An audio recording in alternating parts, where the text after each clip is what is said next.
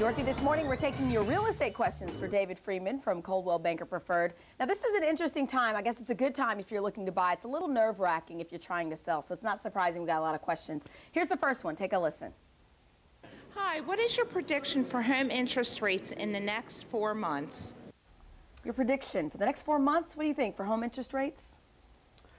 You know, that is a great question, and it's a question that I get a lot, not surprisingly. Personally, I think that rates are going to stay pretty stable over the next couple of months. I think the important thing to remember is that when we talk about rates going up, we're really talking about them going to 7 or 8%. We're not talking about them moving up into the teens. Okay. So at the end of the day, it's not going to be drastic. No, not at all. All right. Well, this next one I'm actually interested in. It says, I just bought a 2-bedroom condo in Center City, Philadelphia last summer, and I wanted to sell it in about 2 years. Do you think it will be harder to sell by then?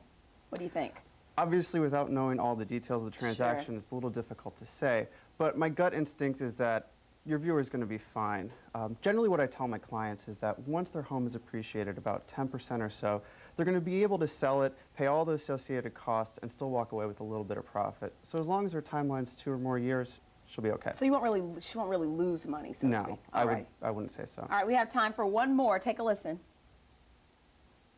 You know, I'm interested in an apartment building, and I want to know, is it a good time to invest into an apartment building? And how can I go about investing and getting the best for myself?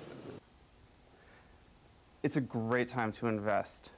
Between the rental income that comes in from an apartment and the tax benefits that you get from being an apartment owner, real estate is one of the best investments that you can possibly make. The important thing is that you find an agent who's an investor themselves so that they have the experience to show you the pros and cons of the various buildings that you look at.